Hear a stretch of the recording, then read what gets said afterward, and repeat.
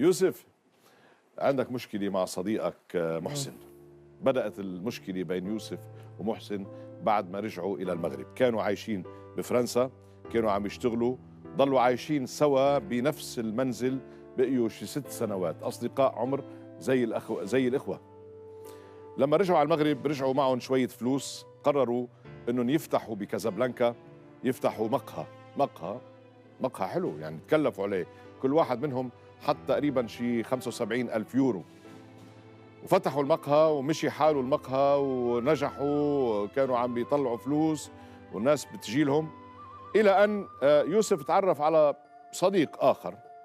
بقى ما بعرف ليه، لسبب من الأسباب إنه صار في علاقة متينة مع هذا الصديق، وساءت علاقته مع صديق عمره محسن، وصارت هذه العلاقة تسوء إلى أن قرر محسن إنه يبيع حصته، لأنه قرف بده يبيع حصته.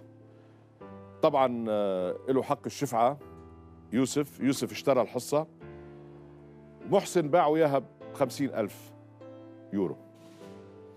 طبعا محسن أخذ الفلوس، رجع هذه الحصة رجع باعها لصديقه الثالث اللي اسمه ياسين، باعها لياسين. صاروا يشتغلوا سوا هو وياسين، بس كان الشغل مختلف. يعني ما بعرف ياسين، هلا هو بيخبرنا عن ياسين، يمكن محسن بيعرف كمان عن ياسين. المهم انه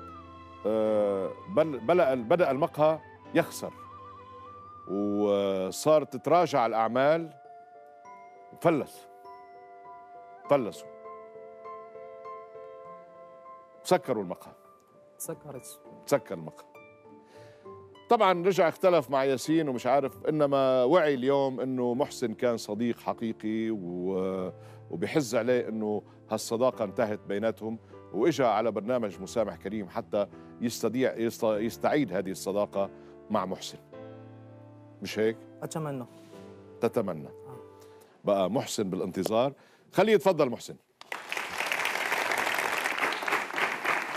اهلا محسن. اهلا، السلام عليكم حبيبي، كيفك؟ اهلا وسهلا فيك، طمنا عنك. سافا انتوا شو اخباركم؟ الحمد لله سافا. بس هو في الحقيقه شخص طلب مني ان ادعوك، بتحب تعرف من هو؟ يا ريت تطلع بهالشاشه.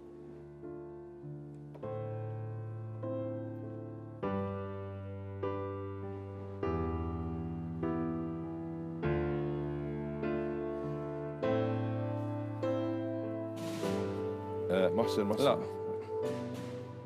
غادي نمشي نحكي انا وياه. لا خليني احكي معك.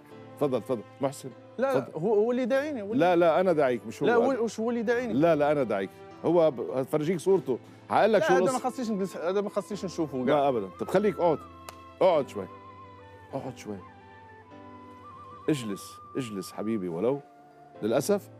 دوماج والله، دوماج حيت هذا ماشي راجل. هذا ماشي راجل.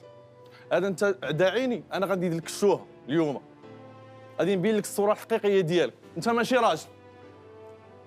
اسمع، انت ماشي راجل.